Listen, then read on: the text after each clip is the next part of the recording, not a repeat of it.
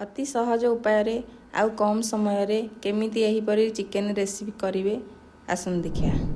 आम ए दुईटा पियाज बड़ साइज नेबा आउ रसुण 10 ରୁ 12 कुला अदा 1 इंची ताकू ग्राइंड जार पकई एका सहित पेस्ट बनईदेवा। यापर आलू 3टा नेबे काटिकी भल भाव धोईदेवे। आम सेपटे कड़ई रे तेल गरम होगापाई छाड़ी देचे। तेल गरम हो आसलानी आलू को पकेदेवा।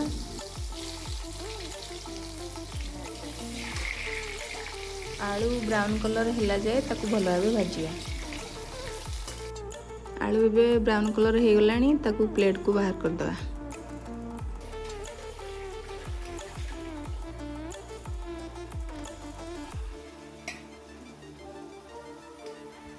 सही बड़का तेल रे 1 सुखला लंका 1 चामच जीरा पकेदेवा। जीरा फुटीगला परे आगुरु करथिबा अदा पियाज रसुण पेस्ट को पकेदेवा।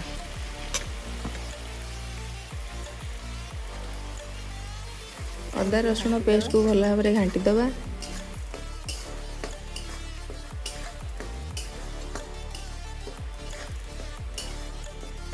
तापरे लंका गुंड टिके पकेबा।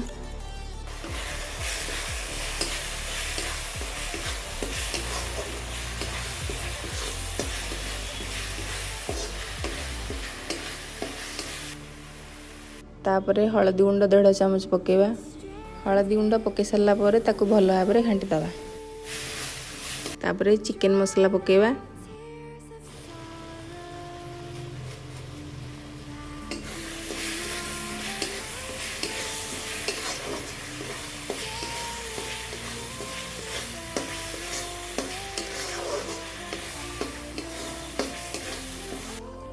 गोटे काटी रखिथिबा टमाटो पकेदेबा।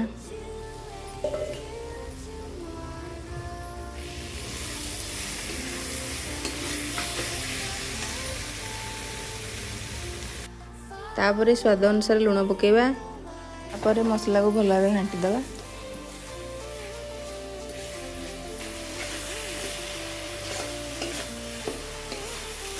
किछ समय घांटला परे 2 चामच पानी दे दबा जहा फल रे कि कड़ई रे मसला लागिबनी। परे मसला हिला पर्यंत घांटीबा।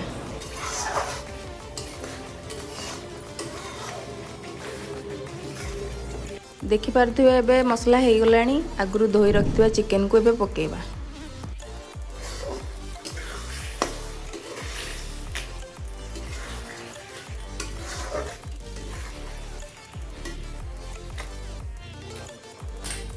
तापरे किछ समय घांटी दबा।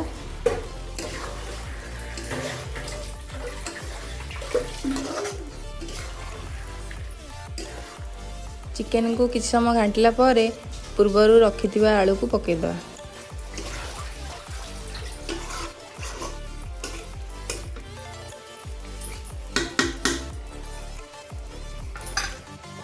तापर घोड़े दवा। किछ समय गला परे ढांकुणी की काढ़ी घांटी दबा नहले लागी जिवो। एपट सेपट करदेले लागिबनी आ।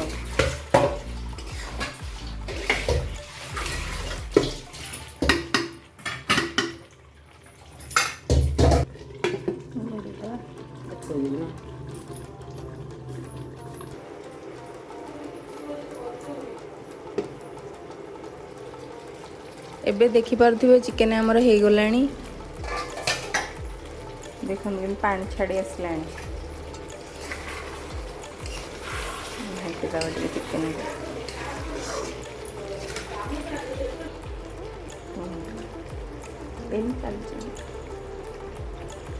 जदि आपण झोल करिया पई चाहुचंती ताहाले सेथिरे इच्छा अनुसार आउ टिके पानी दे परिवे। नहेले आपण एमिति भी कसा खाई परिवे। मु टिके झोल करिया पई चाहुची त मु एथिरे आउ टिके पानी दे देबी। पानी दे सारला परे ताकू आउ टिके घोड़े दबा।